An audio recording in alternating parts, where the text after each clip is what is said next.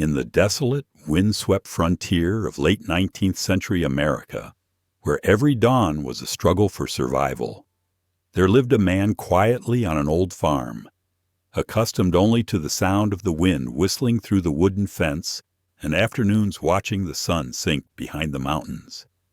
He thought he would live the rest of his life in silence, until one autumn morning, when the train from the east stopped. On the dusty platform, a woman stood alone in a faded wedding dress. She was a mail-order bride ordered from hundreds of miles away, only to be abandoned in a strange land. He saw it all. The man walked away, leaving her with a blank look in his eyes and a silent shame. He said nothing, just led his horse back, but the image stabbed into his heart like a rusty knife. Some part of him knew that feeling all too well, abandoned, forgotten. And so, he did what no one else in town dared to do. He took her home, not out of pity, but because he saw in her the light that he himself had lost. This story of two broken souls, finding each other in the middle of a barren land, will make you believe that true love does not spring from magic, but from the simplest kindness. If you believe in stories of healing, please like, share, and subscribe to our channel to start this journey with us. It was the kind of morning that looked polished, as if someone had wiped the city clean overnight. From the window of the Carter townhouse, Manhattan shimmered under a cold spring light. The carriages rattled past with the rhythm of purpose, and somewhere down the street, a bell tolled, measured unhurried, like a clock striking not just the hour, but the fate of a family. Elena Carter stood before that window, her reflection faint against the glass. Behind her, voices murmured her father's, low and firm, her mother's, careful, brittle as porcelain. They spoke of shares, mergers, and stability. They didn't say love, not once. She was 27, old enough to understand the arithmetic of survival. The Carters' fortune, once a monument of New York respectability, had been eaten alive by speculation and bad timing. The newspapers had started to whisper, and in a city where reputation mattered more than breath, whispers could kill faster than debts. The solution arrived in a starch-black suit Ethan Blake, of Blake & Carter Holdings. He was everything her father admired: young, calculating, unsmiling. He spoke with the precision of a man who'd already measured the cost of every word he said. And when he proposed the merger not just of companies, but of lives, his tone was as practical as if he were ordering the construction of a bridge. "Your daughter," he said, "has the grace the public still trusts. The Carter name steadies the Blake expansion. Together, we appear unbreakable." Elena remembered how her father nodded, how her mother dabbed her eyes with a handkerchief that had no tears on it. No one asked her what she wanted. Perhaps they already knew. The contract came a week later, carried in a leather portfolio embossed with silver letters. Her name looked strange beside his Elena Grace Carter Blake, as though the hyphen itself were a chain. The lawyers smiled. The signatures were neat. Somewhere in the room, a pen clicked, and the sound reminded her of a lock turning shut. I was there that day, not in body, but in memory. I've heard enough stories like hers to know the silence that fills a room when a soul makes a bargain it can't afford. Ethan watched her with the distance of a man trained to hide mercy behind efficiency. He wasn't cruel, just exact. Every gesture was measured, deliberate, as if affection were an investment that yielded no return. He spoke to her father about quarterly projections and market stabilization, then turned to Elena with the same tone one might use when discussing interest rates. "You'll find the terms generous," he said. "You'll have your independence within reason." Her independence. The word hung between them. ironic as glass. That night, alone in her room, Elena opened the portfolio again. The ink had dried into permanence. She traced her own name with a fingertip and thought of all the small things that had once meant laughter. Painting lessons, reading under the oak behind their summer house. Then she closed it. The paper didn't flinch. The wedding would be announced within the month. Society loved a spectacle, and the Blake Carter Union promised headlines. In the newspapers, they were called the Golden Merger. To readers sipping coffee on Fifth Avenue, it was another romance in print, a proof that money could still command destiny. But those inside the gilded circle knew better. It wasn't romance, it was strategy, cloaked in silk and diamonds. Ethan didn't visit much during the preparations. His office on Wall Street consumed him, and when he did appear, he stood by the mantelpiece like a man visiting a foreign house. Elena tried just once, to ask him about something beyond contracts. "Do you ever wonder," she said, "what it would feel like to choose freely, without expectations, without names?" He looked at her, not unkindly, but as though she'd spoken in a language he no longer understood. "Freedom," he replied, "is a luxury most of us outgrow.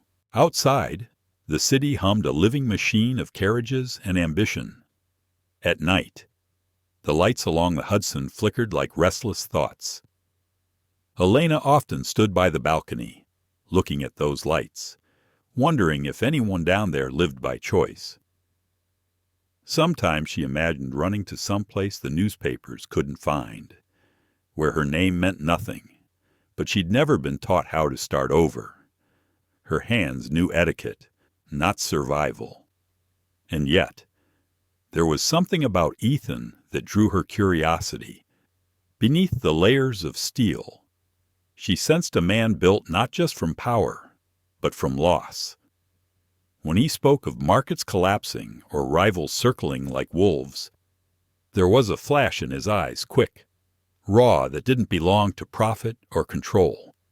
She wondered what it was he'd buried beneath that calm exterior. She wondered, too, if he even remembered where. On the morning of the signing, the boardroom smelled faintly of coffee and rain. Ethan sat at the head of the table, Elena beside him. The contract lay between them, white and heavy with expectation. He glanced at her once, a brief, unreadable look, and then down at the paper. "Miss Carter," he said quietly, "after this, there's no going back." She met his gaze. There never was, and she signed. Later, when the witnesses had gone and the room had emptied, Ethan remained seated. His hands rested on the table, perfectly still. The rain hit the windows harder now, like it had been waiting for the crowd to leave. He didn't look at her. Not yet, but something in his voice changed softer, almost human. "You've done a difficult thing, Miss Carter." "So have you," she answered. "For the first time?" He smiled, not fully, just a flicker, like a candle testing its own flame. Outside, the city blurred into gray. Two names had been joined, two fates bound not by love, but by necessity. And yet, in that quiet, something unspoken hovered in the air, the smallest possibility that even a transaction could hold the seed of something more. I remember thinking, if love ever finds its way into such a place, it would have to fight through iron and pride. But sometimes, that's exactly how it begins. The morning of the wedding broke pale and windless over Manhattan. The streets shimmered beneath a film of rain that had come and gone in the night, leaving the city polished, as though even the sky had been instructed to behave. At the Langston Grand, the grandest hotel in the district, chandeliers burned with artificial sunrise. Florists hurried through corridors carrying white roses by the armful. The air smelled of candle wax and champagne, expensive and slightly hollow. Elena Carter sat before the mirror in a room that was too bright. Her reflection stared back at her, flawless and unfamiliar. The dress had taken 6 weeks to make, imported lace and hand-stitched pearls. The gown was everything a society bride should wear. The woman inside it felt like a stranger. Her mother adjusted a strand of her hair and murmured something about poise. The word floated in the air and fell between them like a coin into a dry well. Down the hall, the orchestra tuned their instruments. Someone laughed too loudly. The sound made her flinch. Outside, carriages lined the street. The press had gathered since dawn, waiting for a glimpse of the Blake-Carter union. The merger the financial columns called a new American dynasty. To them, it was news. To Elena, it was a ceremony of surrender. I was there once, in a way, standing behind the eyes of memory. I remember how light can fall on a woman's face and still fail to reach her heart. When the doors to the ballroom opened, the applause was immediate, practiced. Rows of faces turned as she entered, her father guiding her with proud precision. The chandeliers caught the glint of her wedding ring long before the vows began. Ethan Blake stood at the altar, perfectly composed. His expression carried the same steadiness that had made him powerful calm, self-contained, untouchable. To the guests, he was the picture of confidence. To Elena, he looked like a man attending a signing ceremony. Their eyes met for a moment, long enough for her to see the faintest hesitation in his gaze, as if some part of him wanted to be elsewhere. But it vanished quickly, smoothed over by habit. The officiant spoke. The orchestra softened. Words about love, honor, and faithfulness drifted into the air. They sounded beautiful, rehearsed, meaningless, Ethan said. I do, with the same inflection he might use when agreeing to a business proposal. Elena said it too, her voice clear but distant, like someone reading from a page written by someone else. The applause came again. Glasses clinked. Photographers called their names, the flashbulbs bursting like tiny storms of light. Elena smiled on cue, each smile polished for the front page. Her lips lifted. Her eyes did not. Later, at the reception, the ballroom shimmered with silver and music. Waiters moved like clockwork. Champagne cascaded in towers of crystal. Beneath the applause, Elena could hear the faint hum of isolation, a sound she would come to recognize as her own. Ethan stood beside her, tall and still, his posture immaculate. When he leaned toward her to say something for the benefit of the guests, she caught the faint scent of cedar and tobacco. His words were pleasant, polite, perfectly empty. You look beautiful, he said. Thank you, she replied, her voice steady. You look as expected. A brief silence followed. He smiled, but it didn't reach his eyes. He offered her his arm for the first dance. The orchestra began a slow waltz. They moved gracefully, every turn measured, every step rehearsed. To the watching crowd, they looked like harmony itself, the perfect couple, floating through fortune's design. Only up close could one see the truth, the inches of distance between their hands, the careful avoidance of eye contact, the shared understanding that this performance would be repeated countless times before it ever became real. I suppose this is what success looks like, Elena said quietly as they turned beneath the chandelier. Success, Ethan murmured, is rarely what it looks like. As the night deepened, laughter swelled, glasses chimed, and the great families of New York toasted their own reflection in the couple before them. Elena stood by the window for a moment, her hand resting lightly against the glass. Outside, the city glittered without mercy. Somewhere below, a carriage passed through the wet street, its wheels cutting through puddles like small sighs. The smell of rain drifted up through the open pane, clean and honest nothing like the perfume that filled the room. Ethan joined her, his reflection merging with hers in the glass. For a moment, they looked almost united, two faces, one image, both looking outward at a world too vast and indifferent to care. "You should rest," he said softly. "Tomorrow will be long. So will the years after." She replied. He didn't answer, only adjusted his cufflinks, nodded once, and left her standing there, the hem of her gown brushing the marble floor. By midnight, the ballroom had emptied. The roses had begun to wilt under the weight of candle heat. Servants cleared half-finished glasses from linen tables. The orchestra had gone home. Elna sat alone for a while, watching the last of the lights dim. The silence felt heavier than the jewels around her neck. Her fingers trembled when she finally removed the wedding ring, a perfect circle of gold, cold against her skin. She set it on the table beside her. "I've seen women like her before. Proud, quiet, carrying the kind of sadness that doesn't make noise. Some call it duty, some call it grace. Whatever name it takes, it leaves a mark that never fully fades." In another room, Ethan reviewed telegrams from London investors, his jacket draped over a chair. To him, the day had gone as planned.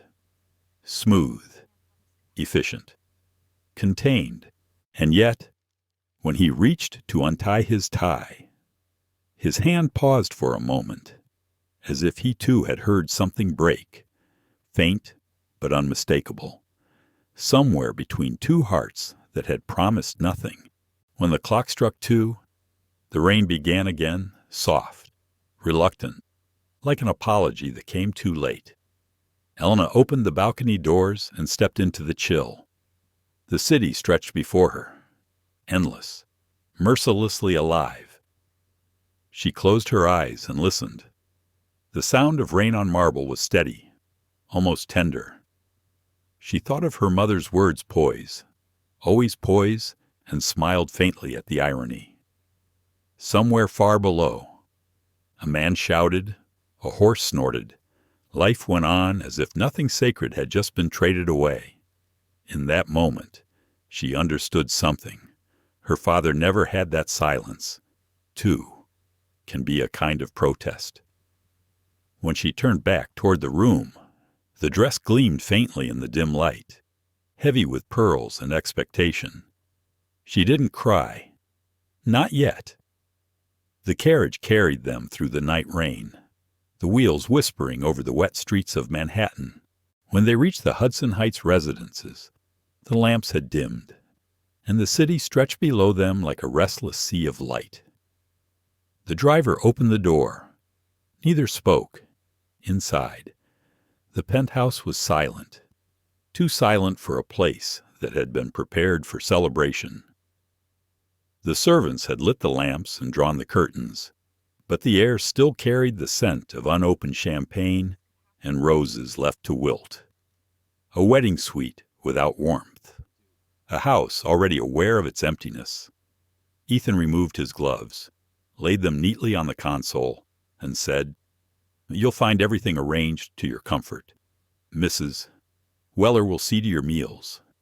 His voice was polite, professional, untroubled. Elna nodded. "Thank you," she said, though she didn't know for what.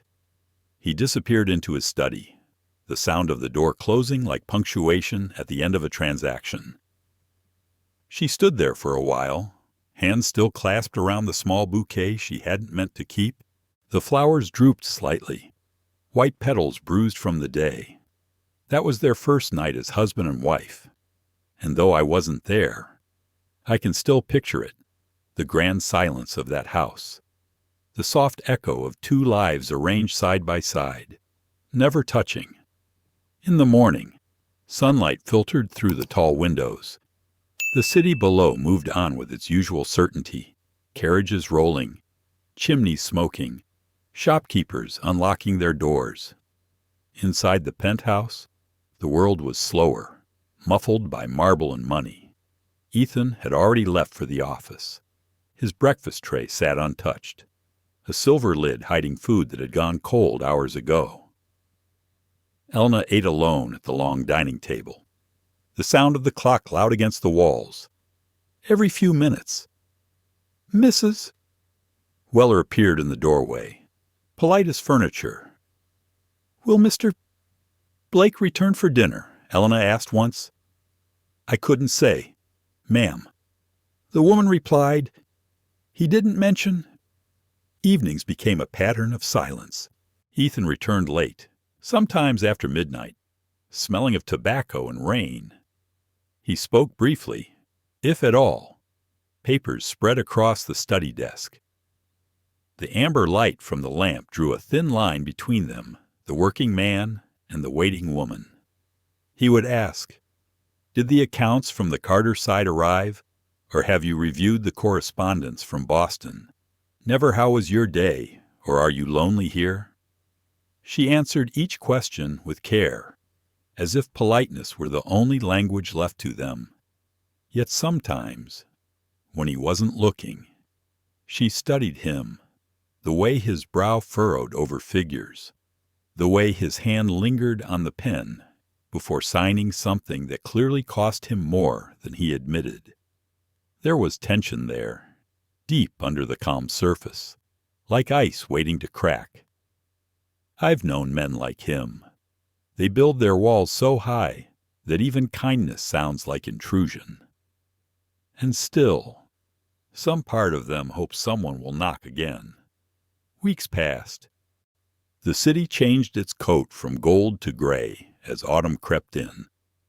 The evenings grew colder, and the wind off the river pressed against the windows like an old memory.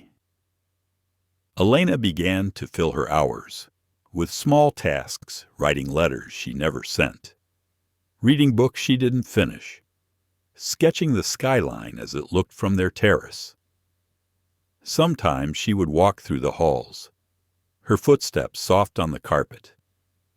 The rooms all looked the same, elegant, orderly, untouched. She wondered if Ethan ever noticed how empty it all felt, or if he preferred it that way. One evening she found him standing by the piano in the parlor. The fire had burned low. His jacket was off, his sleeves rolled to the elbow. He looked, if only for a second, like a man who had forgotten to wear his armor. She said quietly, "You play?" He startled slightly, then smiled without warmth. "Not any more. My mother did. She must have been good." He didn't answer right away. "She was," he said finally, until the papers tore her apart. It was the first time he had mentioned his mother, and the first time Elena saw something human flicker across his face grief. Still alive after all those years. She wanted to ask more, but he had already turned away, setting a glass on the table and retreating to his study. The door closed again. Always that door. Later, when the house was dark. She walked into the parlor and touched the keys. They were cold beneath her fingers, untouched dust lying between the notes. She pressed one key lightly. The sound was faint, hesitant, but it lingered. Sometimes, she thought, silence was not absence. It was waiting. Winter came early that year. Snow clung to the edges of the city, softening the noise. From the windows of the penthouse, the Hudson looked like a frozen road stretching toward nowhere. Ethan's absences grew longer, his words fewer. He traveled to Philadelphia, Boston, back to New York, again always chasing markets and meetings, never stopping long enough to breathe.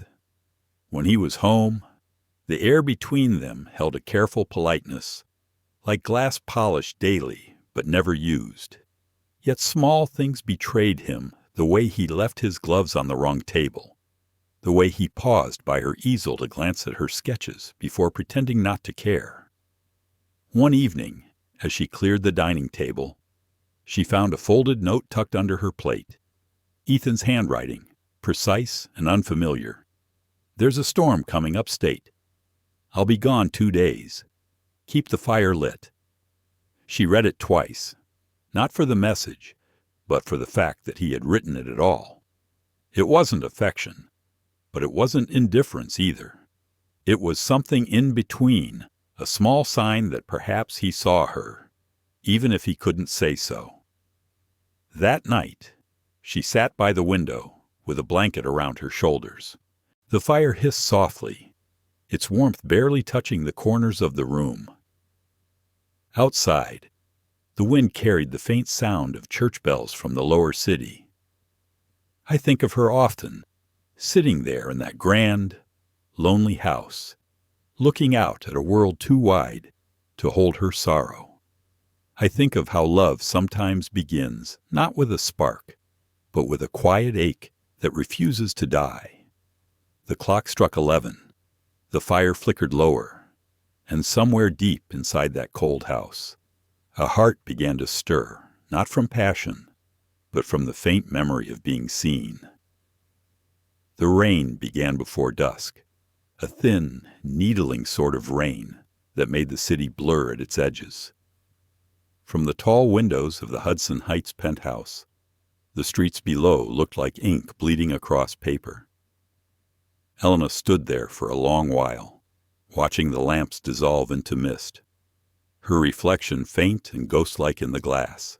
She had felt unwell since morning, a dull ache behind her eyes, a heaviness in her chest that made each breath seem borrowed. The doctor had warned her months ago about exhaustion. "You carry too much in silence," he'd said. She hadn't told Ethan. There seemed no use. He had his ledgers, his trains, his empire. Her frailty would only seem like an inconvenience. When the fever came that evening, it crept in quietly, as though the body itself wished to hide it. She tried to read by the fire, but couldn't keep her focus. The letters swam on the page. By the time she stood to pour herself a glass of water, the room tilted sharply, and the world went soft and gray. It was Mrs. Weller who found her, crumpled by the parlor doorway, her hair loosened, her hand still clutching the hem of her shawl. The old housekeeper sent a messenger at once for Mr. Blake. Ethan returned not long after, rainwater still clinging to his coat. He hadn't planned to stay that night. There was a meeting at the exchange early the next morning, and his carriage was waiting downstairs. But when he saw her pale against the faint gold of the firelight, something inside him stilled. "Is she conscious?" he asked. "Mrs." Weller shook her head. "She's burning, sir. I can't get the fever down." He crossed the room and knelt beside the sofa. For a moment, he didn't move. Then he reached out, his hand hovering above her brow as if asking permission from something unseen. The heat of her skin startled him.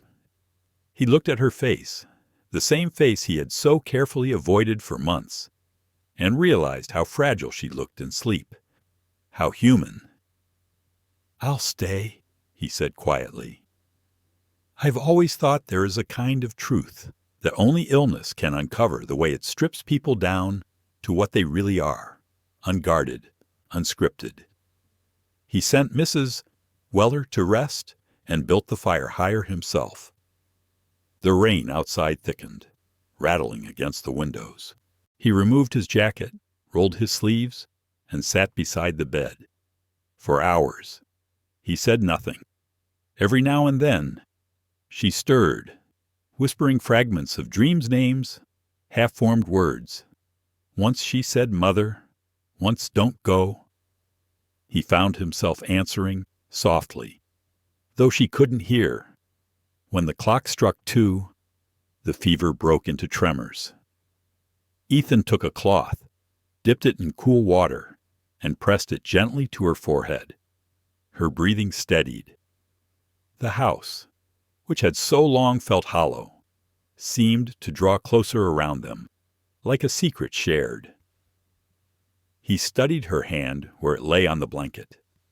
There was a small scar near her thumb, barely visible, and he wondered where it had come from. He realized, with quiet shame, that he didn't know much about her at all, what she liked to read, which flowers she preferred, what her laughter sounded like when it was real.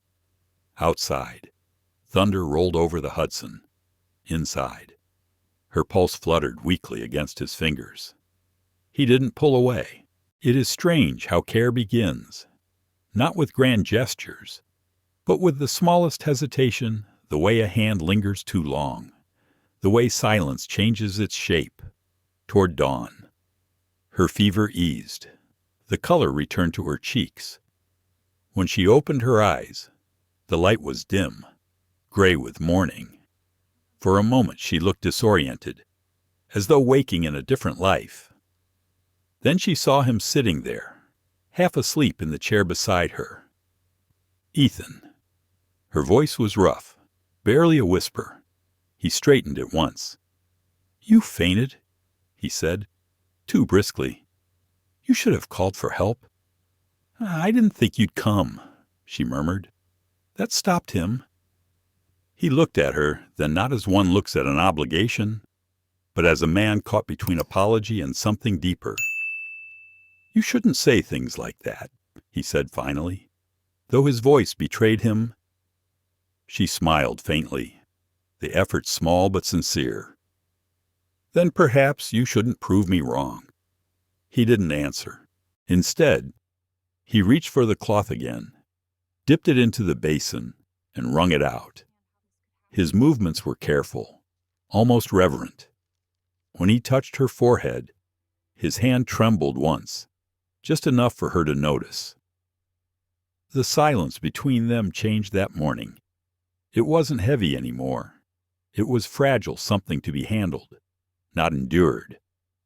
When the rain stopped, pale sunlight crept across the carpet, turning the room into soft gold. Ethan stood, exhausted, and walked to the window. From there, the city seemed washed clean, the river catching light like glass. He hadn't watched the dawn in years.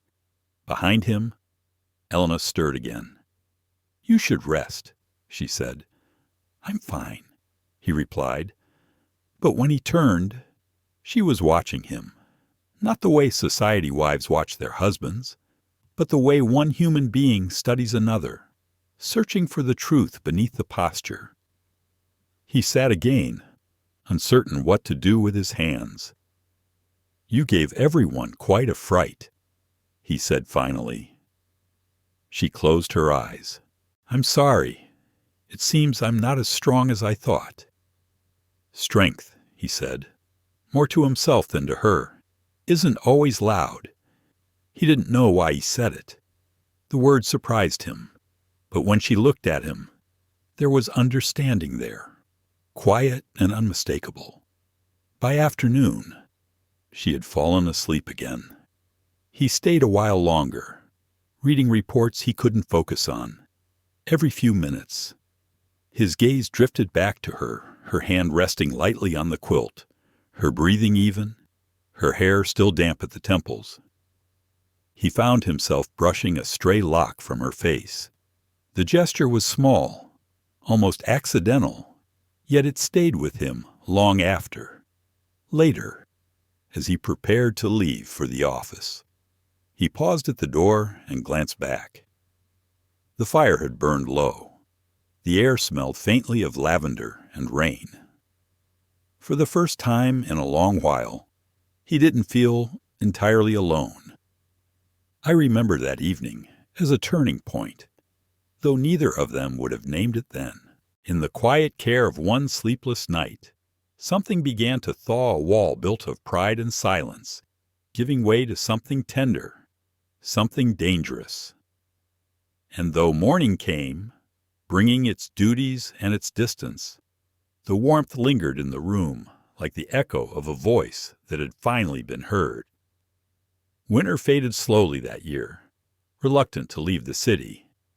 The Hudson was still rimmed with thin sheets of ice, and the wind carried that sharp metallic scent only early spring could bring a promise of change that didn't quite arrive.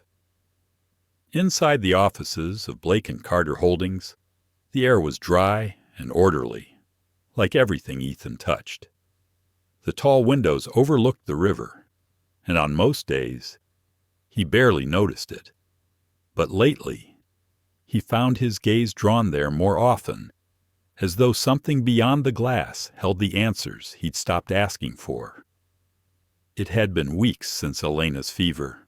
She had recovered quietly, moving through the house with her usual grace, though something between them had shifted. He caught it in the way she thanked him when she thought he wasn't listening, or how her voice softened when she said his name. It unsettled him more than he cared to admit. That morning, she arrived at his office for a meeting concerning the firm's charity investments, a project she'd asked to oversee. It was the first time she'd stepped into the building since their marriage. The clerk stood when she entered. Even the noise of typewriters seemed to pause. She wore a pale blue gown that caught the light like water. Nothing extravagant, but there was something about the calm precision of her presence that made people stop mid-sentence. Ethan did too. "Mrs. Blake," he said, standing a little too quickly. "I wasn't expecting you so early." "I wanted to speak with you about the Hale proposal," she replied, her tone even. "He's offered to expand the funding for the railway schools in Nebraska." He gestured toward the chair opposite his desk. "Of course." Marcus Hale arrived a moment later, a tall man with easy charm and the kind of confidence that came from always being welcomed. His voice carried warmth. His smile never faltered. When he greeted Elena, his hand lingered a second longer than courtesy required. Ethan noticed. Throughout the discussion, Marcus spoke to Elena more than to him asking for her opinion, laughing softly when she made a dry remark about the absurdity of certain investor banquets. She smiled back, just faintly, but it was real. Ethan found himself staring at that smile longer than he should have. I've seen that look before, the moment a man realizes indifference has betrayed him. It's not love yet, but the first fracture where pride begins to leak out. By the time the meeting ended, the tension had drawn tight as wire. Marcus thanked Elena again, his tone personal. "You have a rare steadiness, Mrs. Blake. Not many would stand up to a room of men twice their age and hold their ground." "She's always been steady," Ethan said quietly, "even when others mistake it for silence." Their eyes met across the desk. Something unspoken passed between them, part recognition, part challenge. Later that evening, there was a reception at the Metropolitan Club, a gathering of the city's most polished names. The chandeliers burned bright. The orchestra played something elegant and forgettable, and conversation hummed like a hive. Elena attended beside Ethan, though they rarely walked arm in arm. Appearances were easier than intimacy. Harper Lewis found her near the refreshment table, laughing lightly as she adjusted the fall of Elena's shawl. Harper had been her friend since the days before the marriage, one of the few who saw past the perfection. "You've been scarce," Harper said. "People are beginning to think you've gone to ground." "Perhaps I have," Elena replied. "It's quieter there." They both laughed softly, the sound of two women aware of how the world measured them. "Across the room." Marcus approached with 2 glasses of wine. "Ladies," he greeted, offering one to Elena. "I was just telling Blake how much we owe your insight." He didn't seem surprised. Ethan, standing a few steps away, caught the remark. His hand tightened around his glass. It was nothing a harmless compliment.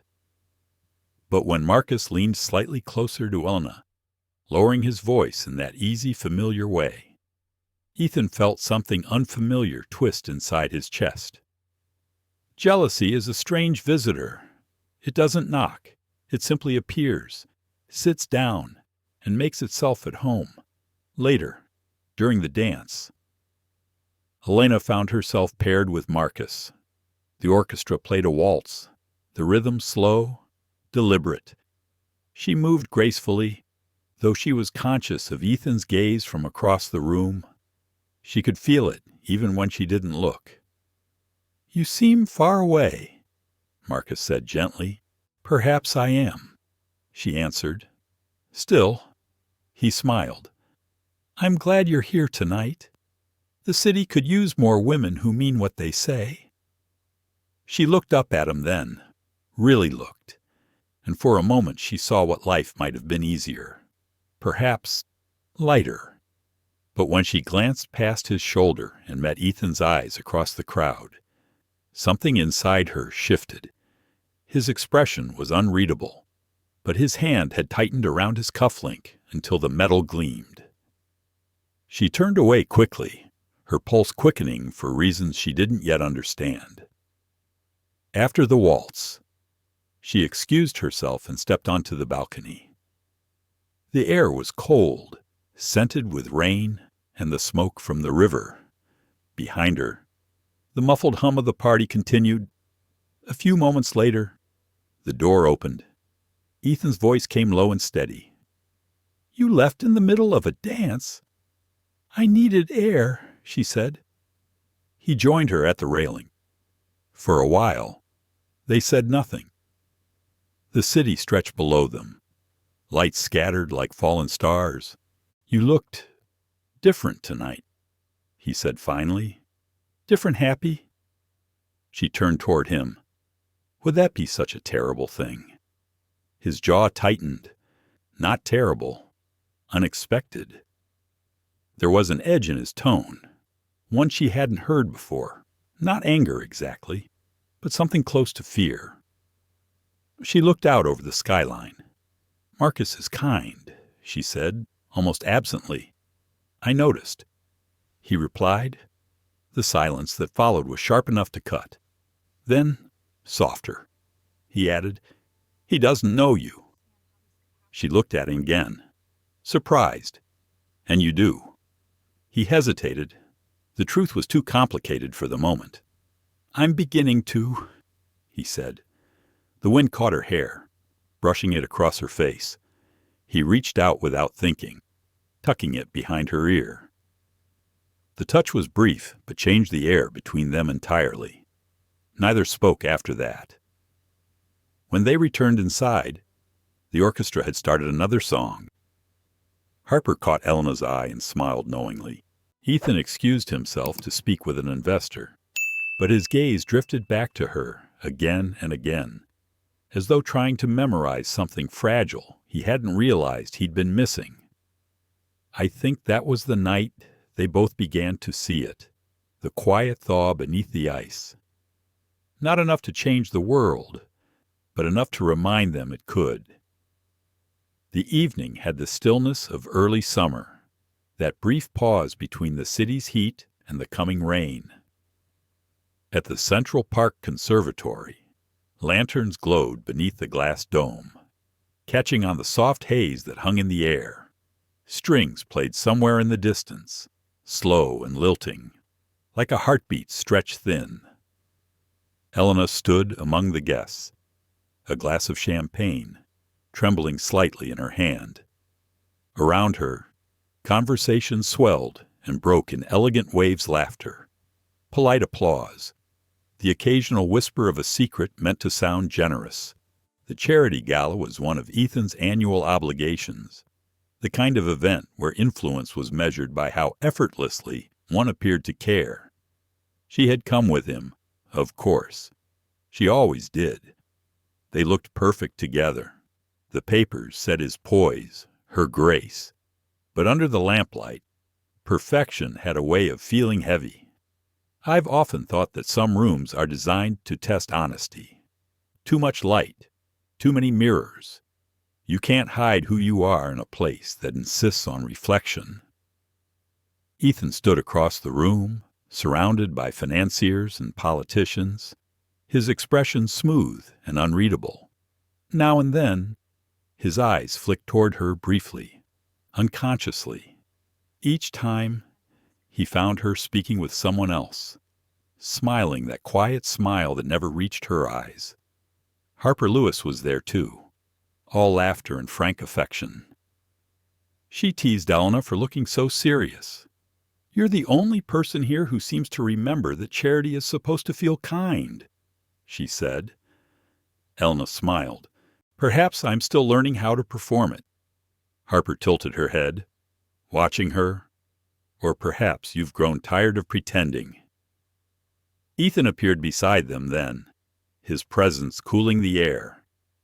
"You'll both excuse me," he said evenly, "but they're asking for Mrs. Blake at the presentation table." Elena nodded, following him. He didn't offer his arm. He never did in public. It had begun as a gesture of restraint and somehow become habit.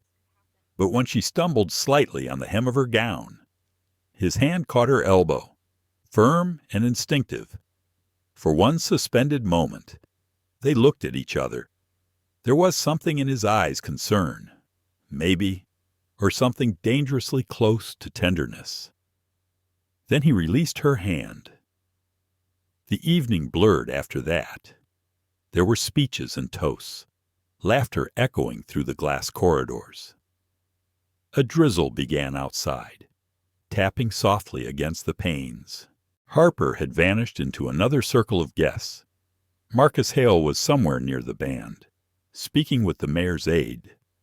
By midnight, the crowd had thinned. The conservatory smelled of wet roses and spilled wine. Elena found herself sitting on a bench near the fountain, the hum of conversation fading behind her.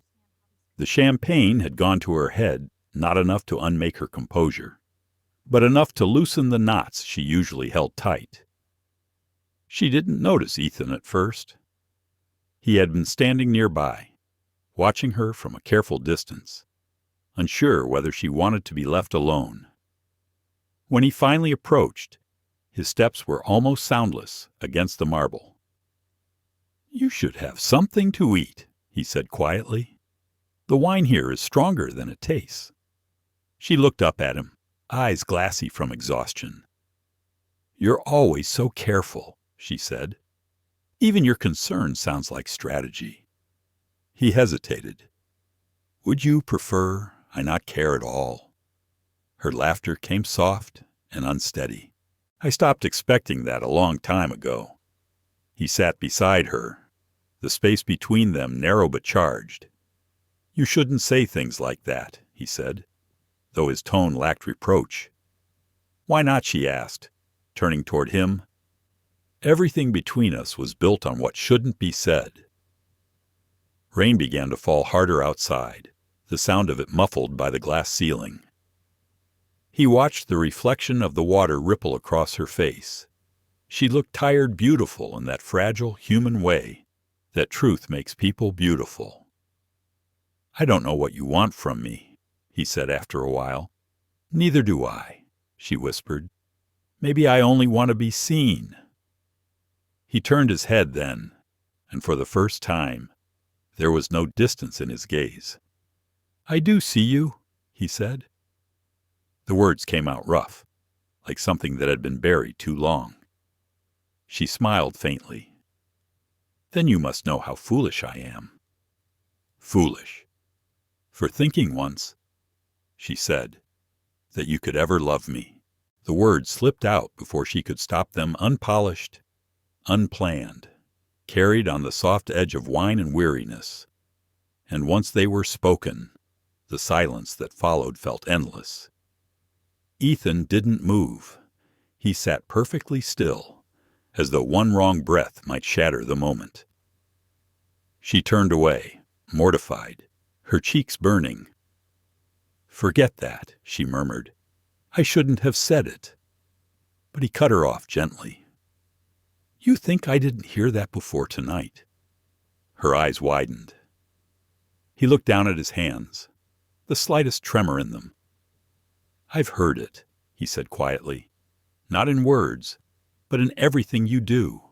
And it's more than I deserve." There it was, the truth, too raw for the room they sat in. He rose slowly, steadying himself. "You should go home. Elena?" She nodded, blinking back tears she refused to let fall. "And you?" "I'll stay," he said. "There's still work to be done." She stood, gathering her wrap around her shoulders. As she walked past him, she paused. "Ethan," she said softly, "you pretend not to hear, but your eyes, they don't lie." He didn't answer, only watched her go, the sound of her footsteps fading down the corridor. When she was gone, he leaned back against the marble pillar, eyes closed. The rain had become a steady rhythm now, a quiet percussion against the roof. He exhaled slowly, the breath uneven. "Sometimes, I think, love begins in the wrong season. It waits, patient but unresolved, in the corners of a life too disciplined to hold it." That night neither of them slept. In different rooms, beneath different roofs, they stared at the darkness and listened to the same rain. By morning, the city would move on, unaware that something had changed, that a heart had spoken and another had listened, even in silence. But the truth had been set loose, and once spoken aloud, it refused to vanish. The train left Manhattan before dawn, its whistle breaking through the fog like a voice calling back to something half forgotten. Ethan hadn't been to Vermont in more than a decade. The Carter Blake empire had made him a man of steel and glass, of towers and contracts, but the land he was born to was still earth, and silence, and memory. Elena didn't know he planned to go until she found the letter on his desk, a simple note, his handwriting precise. "I'll be away for several days. There are matters concerning my mother's estate." Something about the brevity unsettled her. It wasn't the words, it was the space between them. That quiet distance that had begun to thin since the night at the conservatory seemed to stretch again. She read the note twice, then packed a small case and followed 2 days later. When she arrived, the station was little more than a wooden platform and a bench that leaned into the wind. The air smelled of pine and river water. A carriage waited at the end of the road. The driver, an old man with hands like bark. "You're here for Mr. Blake," he said when she gave her name. "He's up at the old farm. Not many folks go there anymore." The ride took them through fields gone yellow with late summer, past fences that bowed with age. The house came into view at the top of a hill, a weathered 2-story farmhouse, its paint peeled, the barn roof rusted to a dull red, the kind of place that seemed to remember more than it should. Ethan was outside, standing near the porch rail, sleeves rolled, hair ruffled by wind. He looked different here, less composed, more human, like a man caught between past and present. When he saw her step from the carriage, surprise flickered across his face, quickly masked. "Elna," he said, "you shouldn't have come all this way. Your letter said little." She replied, "I wanted to understand why." He looked toward the field instead of her. "There's nothing here worth understanding." But she followed him anyway, across the yard to where an old apple tree stood bent under its own weight. A single swing still hung from one of the branches, its rope frayed, swaying in the breeze. "I grew up here," he said after a while. "My mother kept this place alive when my father's debts nearly buried us. She sold the horses, Then the silver.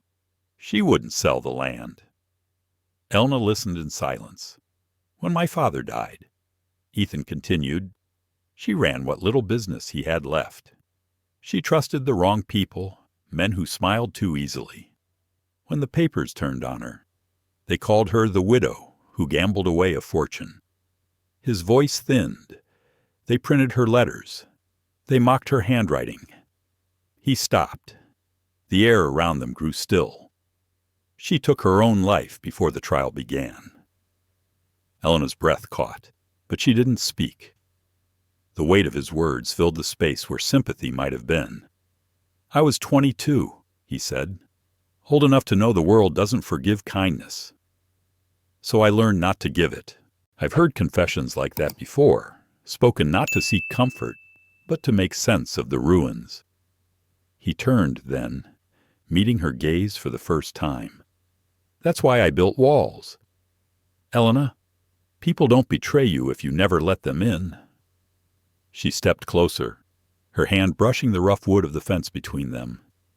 And have they protected you? He gave a short, humorless laugh. I'm still standing. Standing, she said softly, isn't the same as living. For a moment, neither spoke. A hawk circled far above, its shadow crossing the ground between them. Somewhere in the distance, the river kept its steady sound, unbothered by human sorrow. She reached out, then not to comfort, but to acknowledge. Her fingers grazed the sleeve of his coat. He didn't move away. I wish you'd told me, she said. I didn't think it mattered. It matters, she said, because now I understand the silence. The wind shifted, carrying the faint smell of rain and wild grass. He watched her, the anger he'd carried for years softening into something else, something like relief, or maybe exhaustion. Inside the house, dust motes floated in the still air. The furniture was covered with white sheets, as though waiting for ghosts to sit again. A photograph hung crooked on the wall, a woman with dark eyes and a smile that looked too gentle for the world she'd been given. She was beautiful, Elna murmured. Ethan nodded. She wanted me to believe that decency could survive anything. I didn't believe her then. Do you now? He hesitated, then looked at her. Really looked. I'm trying. Outside. Rain began to fall light at first, then steadier. They moved to the porch, the air cool and wet around them. The sound of it on the tin roof was soothing, unhurried. Elena sat beside him, her hands folded in her lap. You blame love for what the world did, she said quietly. But love didn't ruin her. Cruelty did. He turned his head, his expression unreadable. And what about you? What about me? Do you still believe in it? She smiled faintly, her eyes on the rain. I'm learning to. He watched her for a long time after that, as if seeing her for the first time not as a duty or a partner in pretense, but as a person, one who carried her own quiet courage. The distance between them no longer felt like a wall, but a bridge half built, waiting to be crossed. When the rain stopped, the air smelled of new earth. The last light of day broke through the clouds, turning the fields to gold. Ethan rose and walked to the edge of the porch, his hands in his pockets. My mother used to say that every storm leaves the air cleaner. He said. She was right. He looked back at her, and for the first time in years, he smiled, not the practiced smile of a man in control, but something small and real. Maybe that's how forgiveness begins, not as a grand act, but as a simple truth shared in the quiet after rain. They stayed there until the light faded, saying nothing more. The world around them had changed, though neither could yet name how. When they returned to New York, the city felt sharper somehow, as if the air itself had grown colder in their absence. The newspapers had already begun their quiet hunt, circling like crows over something that wasn't yet dead, but smelled of scandal. It started with whispers in the business columns. "Is the Blake-Carter alliance crumbling?" they asked. "A marriage built on strategy shows signs of strain." By the end of the week, the gossip had spread beyond the financial pages, dressed now in speculation and cruel curiosity. Ethan read the headlines in silence at breakfast, the paper held steady in his hands. Across the table, Elena watched him. The sunlight spilled across the room, catching on the edge of his cufflink, on the gold band around his finger. The symbols of permanence, she thought, had never felt so fragile. "Do they ever stop?" she asked quietly. He folded the paper once, precise as always. "No," he said, "not until they find something new to feed on. But this is our life. Ethan." He looked up, and for a moment she saw the old distance return, that calm armor he wore so easily. "It's business, Elena. That's all they ever see." She wanted to tell him he was wrong, that it was more than that now, that she had seen the man beneath the name, but he was already standing, already reaching for his coat. "There's a meeting with the board at noon," he said. "We'll need to manage the rumors." "Manage," she repeated. The word sounded too clean for what they were losing. That evening, when he came home, the house felt heavier than before. The lamps were dim, the rain outside unrelenting. He found her in the sitting room, a half-finished letter on her lap. "Who's that for?" he asked. "No one," she said. "Just words I can't say aloud." He didn't press her. He'd learned not to. They stood there in silence until the clock struck 9. The sound filled the room like a small wound opening.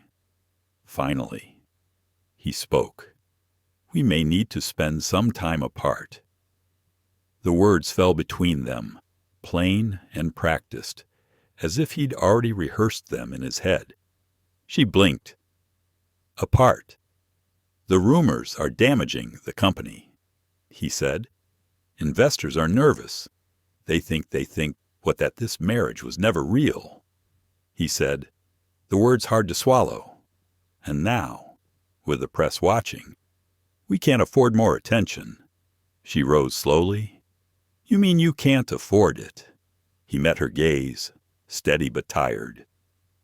"Elena, no." She interrupted. "Don't Elena me as if I don't understand. You're protecting your empire, not us. Because there is no us. Is there? Just what looks good on paper?" He didn't answer. She stepped closer. "After Vermont, I thought," her voice caught. "I thought you'd finally let me in." Something flickered in his eyes, then regret. Maybe, or fear. "You were never the problem," he said softly. "The world we live in is the world you built," she whispered. Outside, thunder rolled faintly over the river. The house seemed to listen with them. He ran a hand through his hair, weary. "If you stay here, they'll tear you apart like they did my mother. I won't let that happen again." "So you'll do it first," she said, her voice breaking. "You'll be the one to leave?" He looked at her then, truly looked. The woman who had once been a contract in his life was now the only thing that made sense of it. But the habits of survival were old and deep, and love, when it came, felt too much like surrender. "I'll have arrangements made," he said at last. "Somewhere quiet. You should rest." She stared at him for a long time, waiting for him to change his mind. But he didn't. He turned away, staring out at the rain-smeared skyline. I think that's the moment she stopped believing in safety. There's a kind of heartbreak that doesn't cry out. It just folds in on itself, soundless and complete. When she finally spoke, her voice was almost calm. "You always said control was everything. I hope it keeps you warm." He flinched at that, though he didn't move. She left the room without another word. The sound of her footsteps on the marble stairs echoed long after she was gone. Later that night, he found her suitcase by the door, the same one she'd brought to Vermont. Her coat was folded neatly over the handle. A single note lay on top. "I won't ask where you're sending me. Just know that I would have stayed if you'd asked me to." He read it twice, then sat down on the steps. For the first time in years, his hands trembled.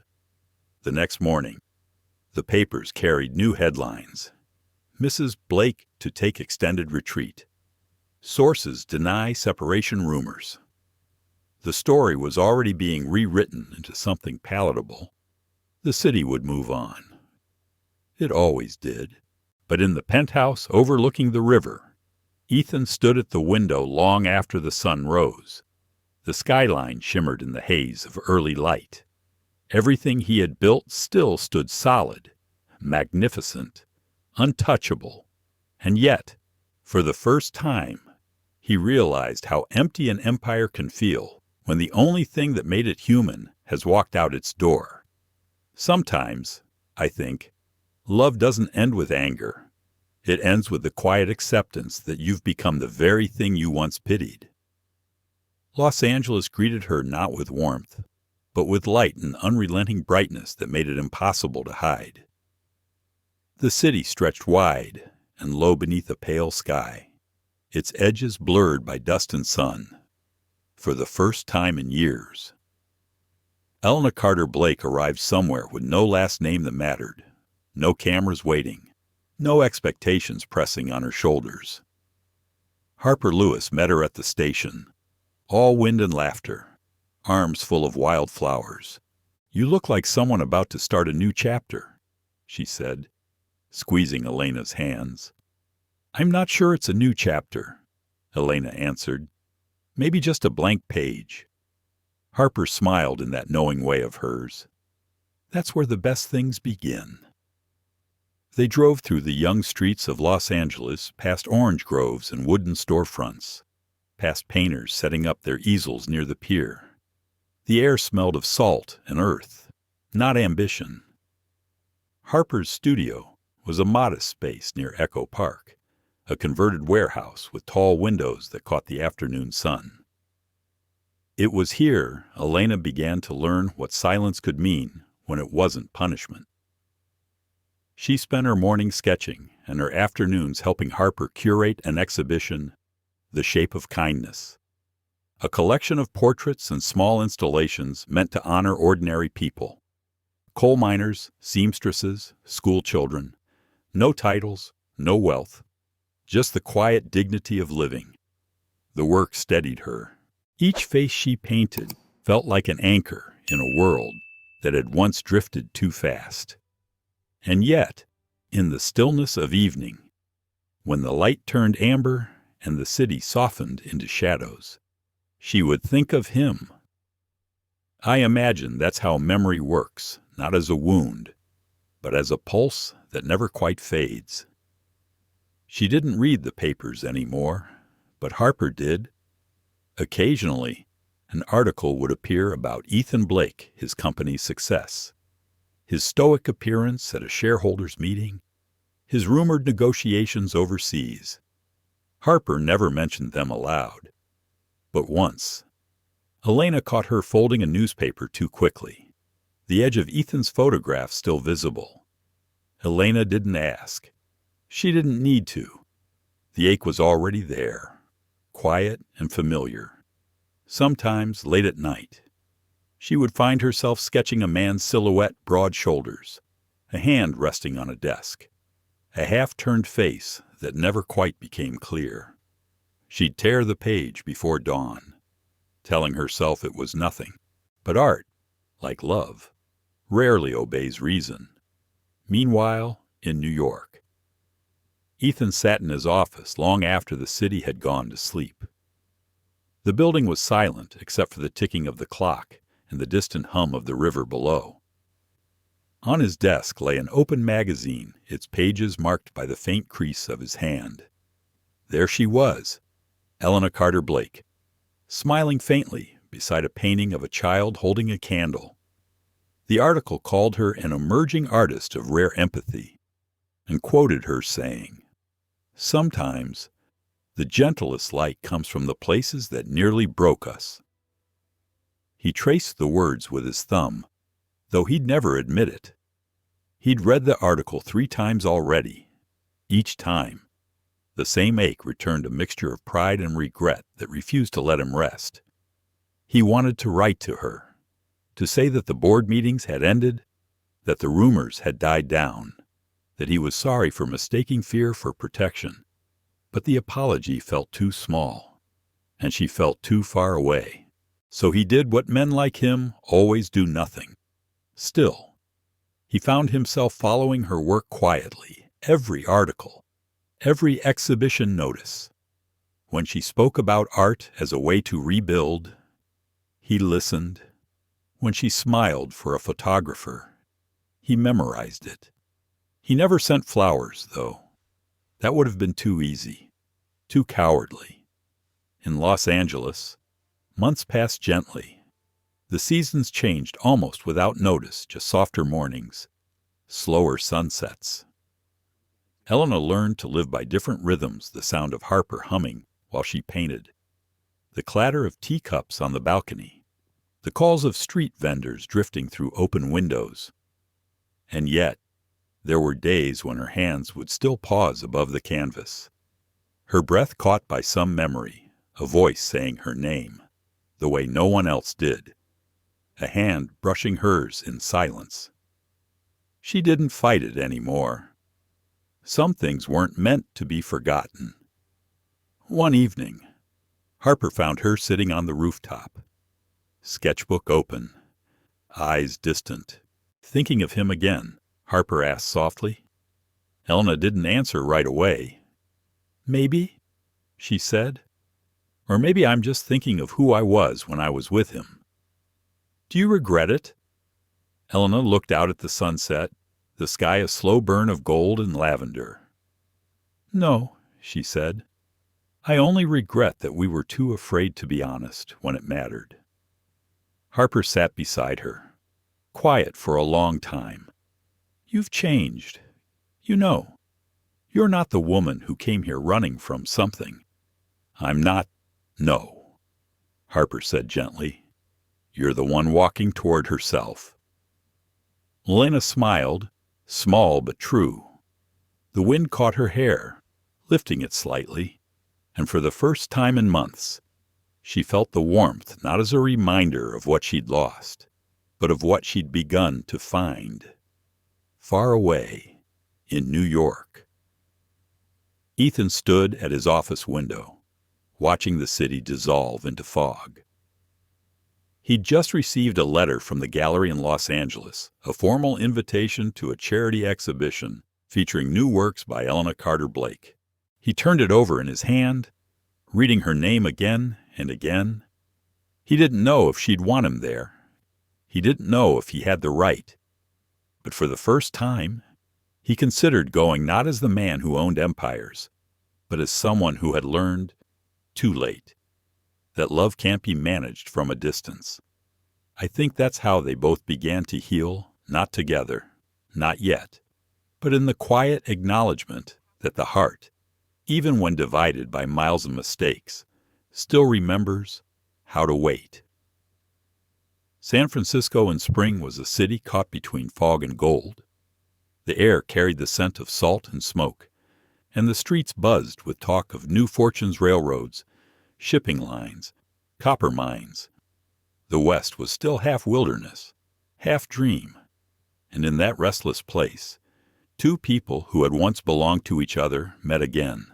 The conference was held in a grand hotel on Nob Hill, its marble halls echoing with the footsteps of bankers and builders, the kind of men who thought they were shaping the future. Ethan Blake had come as one of them, measured, respected, colder than rumor ever painted him. His hair had begun to gray at the temples, but his bearing remained the same. A man used to control, used to distance. He had not expected to see her. Elena Carter Blake arrived with the delegation from Los Angeles, representing an art endowment backed by Harper Lewis's studio and a group of Western patrons. Her name appeared modestly in the program, Mrs. Elena Carter Blake, curator and artist. Yet when she entered the hall, conversations faltered. She carried herself with quiet certainty, like someone who had walked through ruin and come out whole. When Ethan saw her across the room, something inside him stopped moving. Months of restraint, of silence and reason, all collapsed into a single moment that was neither memory nor dream. She stood by the window, light falling across her in a way that made her seem almost untouchable. He didn't approach her immediately. Instead, he watched the way others did, admiring her composure, her laughter that came easily now. She spoke with investors, with artists, even with Marcus Hale, who had arrived from New York to support the same fund. Ethan noticed the way Marcus leaned slightly closer when she spoke, and felt again that familiar tightening in his chest. I've always thought there's a kind of silence between people who've once loved each other, a silence that remembers everything words destroyed. When he finally crossed the room, the noise around them dimmed, as though the air itself recognized what was about to happen. "Elena," he said softly. She turned. For a moment, her face was unreadable surprise, then composure, then something gentler. Ethan. It wasn't accusation, nor welcome, just his name, spoken like an old truth rediscovered. "You're here for the endowment?" he asked, his voice careful. "Yes. Harper insisted I speak on behalf of the program." She hesitated. "I didn't expect to see you." "Neither did I." They stood there, the crowd moving around them like water around stone. The space between them was polite, but charged with every word they'd never said. "You look well," he said finally. "I am," she answered. "Los Angeles has been kind." He nodded. "I read about your exhibition." She smiled faintly. "I wondered if you had—" Her tone was calm, but her eyes betrayed something else, a quiet ache, tempered by time. A bell rang in the next room, signaling the start of the afternoon session. The hall began to empty. Elena turned to follow, but Ethan spoke before she could move. "Would you have dinner with me tonight?" She paused. "Dinner? Just to talk?" He said. "If you'd rather not, I'll understand." For a long moment, she studied him. There was something different in his voice, not command, but uncertainty. She hadn't heard that in him before. "All right," she said at last. "Dinner." They met later at a small restaurant near the wharf, the kind of place where the scent of the ocean seeped through the walls. The city lights shimmered on the bay, and the fog rolled in, slow and soft. For a while, they spoke of ordinary things: art, the West, the growing city. She told him about the children she taught at the studio, how they painted the world not as it was, but as they hoped it could be. He listened, truly listened, and something in his chest loosened with each word. "When the waiter left them alone," he said quietly, "I owe you an apology." She looked at him, steady but wary. "For what?" "For everything," he said. "For sending you away. For thinking I could protect what mattered by pretending it didn't." Her eyes softened, but her voice stayed calm. "You hurt me, Ethan. But I also learned from it. I learned that I could stand alone." He nodded. "And I learned what it means to lose something real." The silence that followed was not cold this time. It was heavy with understanding. "I was afraid," he said finally. "Afraid of being like my father, of building a life that looked perfect and meant nothing." "You were never your father," she said. "You were just a man who forgot he could choose differently." He smiled faintly at that, a quiet, weary smile. "Maybe I'm trying to remember now." The fog thickened outside, wrapping the city in white. From somewhere near the docks came the low sound of a ship's horn, long and mournful. Elena looked out the window, her fingers tracing the condensation on the glass. "I don't know what we are anymore," she said softly. "Neither do I," he admitted, "but I know I still care." She turned toward him then, and for the first time since Vermont, their eyes met without armor. The years between them, months of silence, miles of pride seemed to fall away. But love, when it returns, doesn't always come as a storm. Sometimes it's a quiet tide that just begins to rise again. When they left the restaurant, the fog had lifted slightly. They walked along the pier in silence. The wooden boards creaked beneath their feet. At the end of the walkway, she stopped. "Ethan," she said, "I don't want to go back to what we were." "I don't either," he said. "I want something honest this time, even if it takes the rest of my life to prove I can give it." She looked at him then, her expression unreadable, then reached out lightly, almost uncertainly, and touched his hand. It wasn't forgiveness yet, but it was something close. I think moments like that don't end.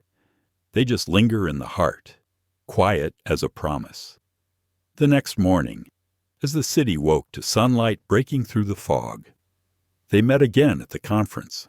She spoke at the podium, her voice clear, her words about art and renewal carrying across the hall. Ethan watched from the crowd, pride and humility tangled in his chest. When she finished, the audience applauded. And though she didn't look at him directly, he knew she felt his gaze. It wasn't a reconciliation yet, but it was a beginning, the first and fragile bridge back toward each other. It began, as storms often do, with a whisper that grew teeth.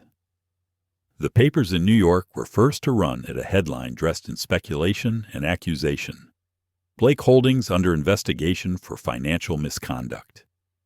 By the next morning, the story had spread from boardrooms to breakfast tables across the country. Ethan Blake, the man who built empires out of precision and silence, was being painted as a fraud. He read the article in his office, the morning light cutting across his desk in thin, accusing lines. Words like embezzlement and forged accounts filled the page ugly. Heavy words that carried the weight of ruin. He knew where it came from: Hale Industries. Marcus Hale's quiet revenge for losing both a contract and a woman. By noon, cameras gathered outside his building, and shareholders demanded answers. Elena learned of it not from the news, but from a call. Harper's voice trembled. "They're dragging him through the mud. Lena, you should see the headlines." Elena stood by the window of her studio in Los Angeles, sunlight spilling over her work table. For a long moment, she said nothing. Then, quietly, "Send me the next train schedule to New York." It had been months since San Francisco, since the night she and Ethan spoke beneath the fog. She had promised herself she wouldn't return, not unless it meant something real. But sometimes life doesn't ask for your promises. It tests them. When she arrived, the city felt sharper, hungrier. Reporters crowded the steps of Blake & Carter Holdings. She could see them from across the street, microphones raised, voices shouting his name as though it belonged to them. Ethan emerged a moment later, surrounded by lawyers. His face was unreadable, his posture controlled. But she recognized the tremor in his hands, the same one he had after his mother's scandal years ago. "I think there's a kind of love that stops asking for permission. It simply moves toward the one who's breaking." She crossed the street. Cameras flashed. Someone shouted her name. Ethan turned just as she reached him. "Elena," he started, surprise breaking through the armor. She took his hand before he could speak. "You're not facing this alone," she said. The murmurs swelled around them. Someone yelled, "Mrs. Blake, do you believe your husband's guilty?" She looked straight at the reporter, her voice steady. "No," she said. "I know the man he is. The world may forget, but I won't." That night, her words became headlines of their own. Elena Carter Blake defends husband amid scandal. The photo on the front page showed her standing slightly ahead of him, eyes fierce and calm, the embodiment of conviction. In the days that followed, the city became a battlefield of rumors. Anonymous sources whispered that Ethan had falsified records. Competitors released documents proving it. But then came Elena standing before cameras at a press conference, hands clasped, voice steady as steel. "Integrity isn't proven by numbers on paper," she said. "It's proven by how a man stands when those numbers are used to destroy him. Ethan Blake has stood taller than any of you know." Ethan watched from the back of the room, unseen. He had never felt smaller or more undeserving. Afterward, when the crowd dispersed, he found her outside beneath the pale light of a street lamp. She was trembling slightly, not from fear but from exhaustion. "You didn't have to do that," he said. She turned to him, her expression soft. "Yes, I did." He stepped closer. "They could drag you into this, hurt your name." "My name doesn't matter," she said. "Yours does, and I won't let them take it." He looked at her then, really looked the woman he had once sent away, now standing in the storm beside him. "Why," he asked quietly. "After everything I've done, because you finally learned to be honest," she said. "And because someone should remember the truth when the world forgets." The investigation stretched on for weeks. Documents were examined, testimonies collected. It was Harper who uncovered the proof records from Hale Industries that revealed falsified transactions meant to frame Ethan. When the truth broke, it did so suddenly, almost anticlimactically. Blake cleared of charges, rival firm under scrutiny. The city moved on, as cities do. But something inside Ethan shifted that would not move back. When the reporters were gone, he found Elena in the quiet of their old penthouse, standing by the window where she had once left her letter. The same skyline spread before them, but everything was different now. "You saved me," he said simply. She shook her head. "No, you were never lost. Ethan, you just needed to stop hiding." He smiled faintly, stepping closer. "I spent years building walls to keep everything steady, and you walked through them like they were made of air." Her laugh was soft, tired. "I didn't walk through them. I waited for you to open the door." He reached for her hand, then hesitant, almost reverent. "I'm sorry it took a scandal to make me worthy of you." She looked up, eyes shimmering in the city light. "You were always worthy. You just didn't believe it."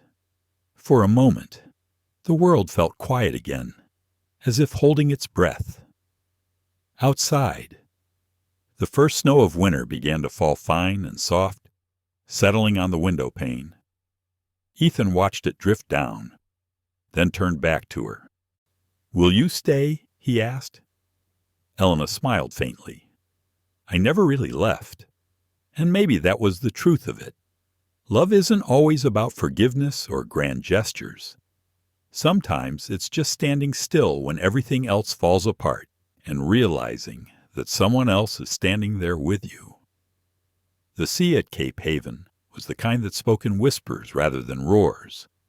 It rolled against the sand in long, unhurried breaths, the tide moving like time itself, inevitable, forgiving. The Blake family's old summer estate stood at the edge of the bluff, its white shutters weathered by salt and years. It had been closed for nearly a decade, but today the doors were open again. Ethan had arrived that morning, hours before her. He moved through the rooms slowly, touching the dust-covered furniture, the faded photographs. Every corner felt haunted by what he'd once been, a man who measured his worth in ledgers, who built walls instead of homes. He opened the windows and let the sea air in. It smelled of pine and distance and something clean, like a beginning.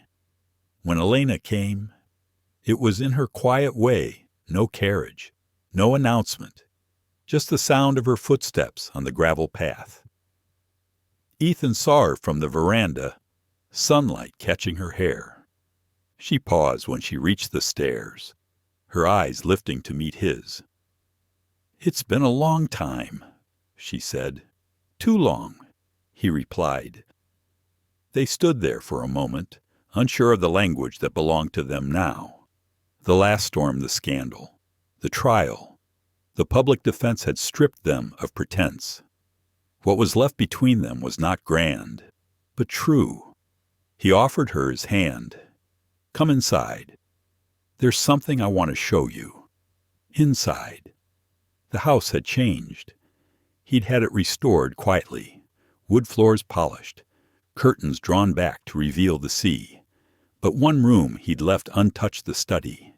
It was there, in the fading afternoon light, that he led her. On the desk lay a small box, plain and dark. No velvet, no flourish. He hesitated before opening it. "Elena," he said, his voice lower than the tide outside. "The first time we stood before vows, I didn't understand what I was promising. I thought duty was enough, that if I provided, if I protected, it would somehow mean love." He looked up at her, his eyes unsteady. "I was wrong." She didn't move. The wind brushed through the open window, lifting the lace curtain like breath. "What changed?" she asked softly. "You," he said. "You changed everything. The way you stood for me when the world didn't. The way you left when I gave you nothing but silence. The way you lived after that without bitterness. I realized love isn't about saving someone. It's about seeing them entirely and still choosing to stay." He opened the box then. Inside was a simple gold band, the faintest engraving along the edge, 2 initials and a date, this time of their own choosing. "I'm asking you," he said, "not out of debt or guilt or the memory of what we were, but because every quiet morning since you left, I've wished for one more chance to promise you properly." She looked at the ring for a long moment. When she spoke, her voice trembled like a leaf in wind. "You once told me love was a contract," she said, "that it needed structure, rules." He smiled faintly. "And now I know it's a faith, one that needs breaking before it can be real." Her eyes filled, though no tears fell. She took a slow step toward him. "I loved you even when I shouldn't have," she said. "And I stopped loving you only long enough to learn how to love myself. Maybe that's the only way this could ever work." He nodded, his throat tight. "Then let's start from there." She reached for his hand. The gold ring glinted in the soft amber light as he slid it onto her finger. No audience, no press, no music. Only the sound of the ocean below and the faint ticking of the clock on the mantel. I vow, he said quietly, to be the man who listens, who learns, who chooses you, not out of need, but out of knowing. She held his gaze. And I vow to keep walking beside you, even when the path is quiet and the days are ordinary. That's where love lives, Ethan in the ordinary. For a moment, neither spoke. The house seemed to breathe with them. Outside, the sun dipped toward the horizon, spilling gold over the waves. They stepped onto the veranda together, the air cool and sweet with salt. The world was hushed, as if it, too, understood the gravity of small things, the clasp of hands, the warmth of trust reborn. Ethan looked at her profile in the fading light. "Do you think we've earned this peace?" She smiled, her eyes on the horizon. "No one earns peace," she said. "You just stop fighting long enough to let it find you." He laughed softly, a sound that carried the ache of everything they had been and the relief of what they'd finally become. They stood that way as the day surrendered to dusk. And when the first star appeared, she leaned her head against his shoulder. "I used to think our story began with a contract," she murmured. "Now I think it began with a misunderstanding and ended with a choice." He turned to her, brushing a strand of hair from her face. "Then let this be our beginning, not our end." The waves below broke softly against the rocks, a rhythm older than either of them. I sometimes think that love, when it finally learns to stay, stops asking for forever. It only asks for the next sunrise, the next breath shared in peace. That night, as lanterns flickered through the windows and the tide whispered against the shore, they sat side by side in the quiet, two souls who had crossed through pride, pain, and distance, and found their way home, not to a house, but to each other. Morning came quietly to Greenfield.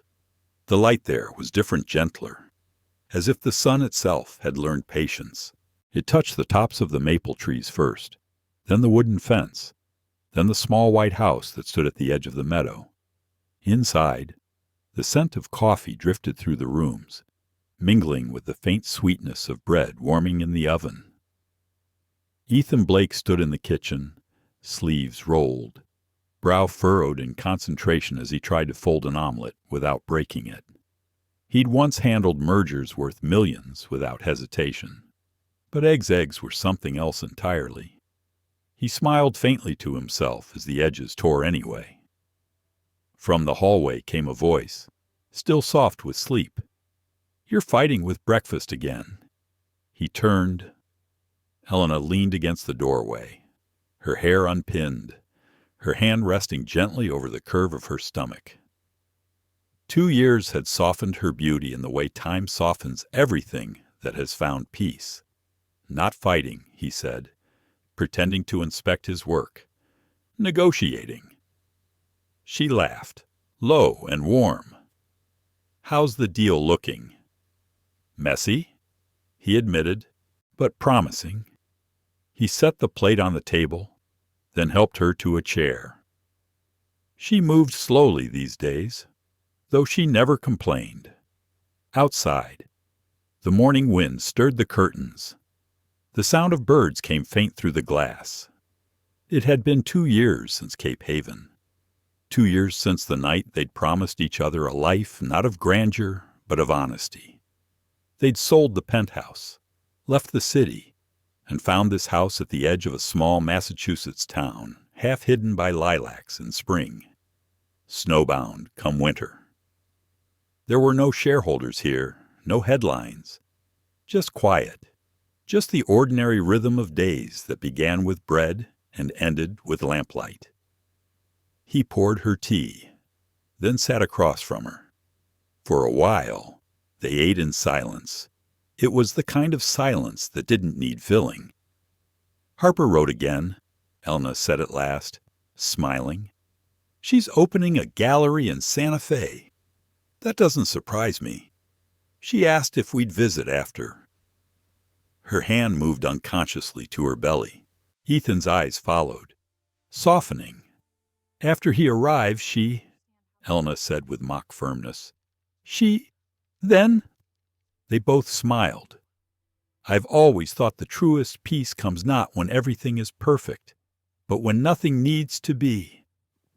After breakfast, Ethan cleared the dishes while Elna settled near the window with her sketchbook. She drew every morning now small, quiet things: the garden gate, the slope of the hills, the way the light caught his hands when he worked. Sometimes he caught her watching him as if memorizing him, and it stirred something deep, something wordless. He came to stand behind her now, his hand resting on her shoulder.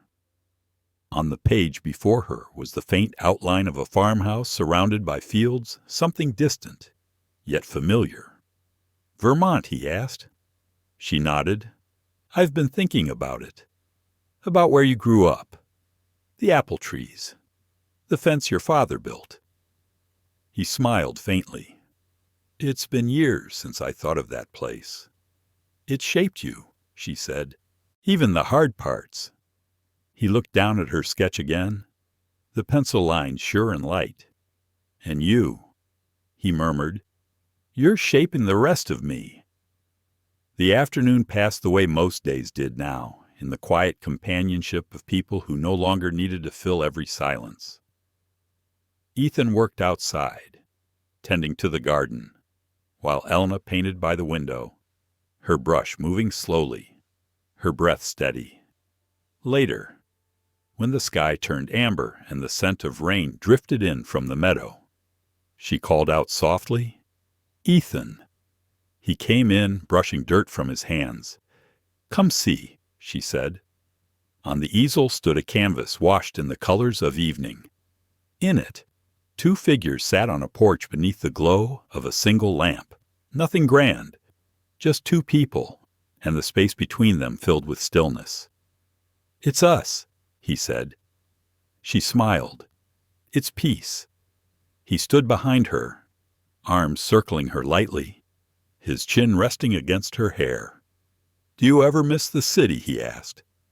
"Sometimes," she admitted. "The noise, the energy. But then I remember how much quieter my heart feels here." He nodded. "Mine too." Outside, the rain began to fall soft, steady, like a lullaby. The smell of wet earth seeped through the open door. He felt her relax against him, her breathing slow and even. "Do you ever think," she said quietly, "how strange it is that everything began with a contract?" He smiled. "No. It began the day you walked into that office and looked me straight in the eye. The contract was just a page. You were the story." She tilted her head slightly to look up at him. "And the story," he kissed her forehead, "still being written."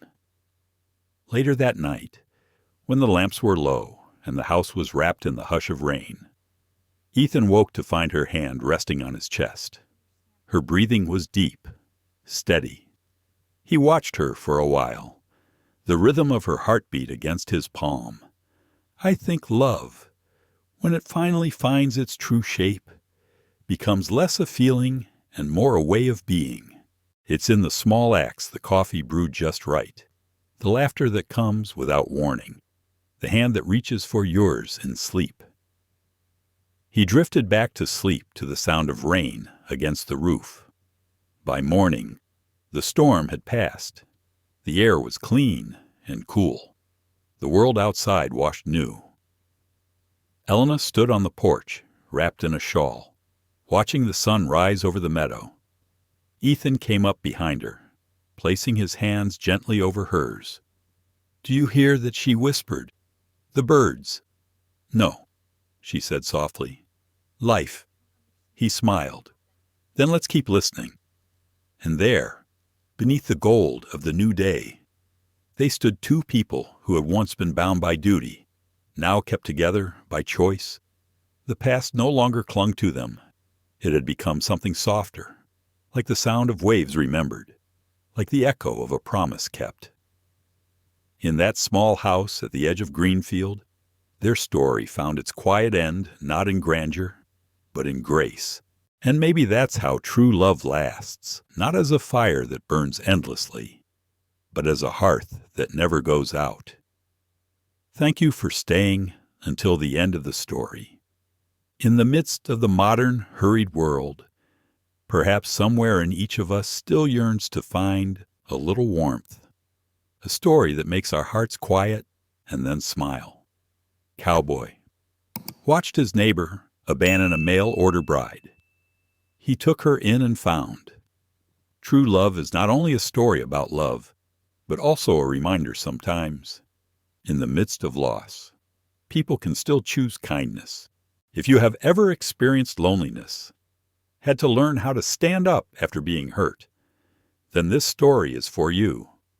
Because even though time has changed, kindness, understanding, and belief in love are still the things that keep our hearts beating slowly but steadfastly. We hope that each video on the channel will be a small light, illuminating the days when you feel tired. Please like this video if you feel moved. Please share it with those who need a little hope. And don't forget to subscribe, so that each week we can go through stories of love, kindness, and resurrection. Together, the frontier hearts that still beat, despite the dust of time. Thank you for listening. And now, stay tuned for the next story.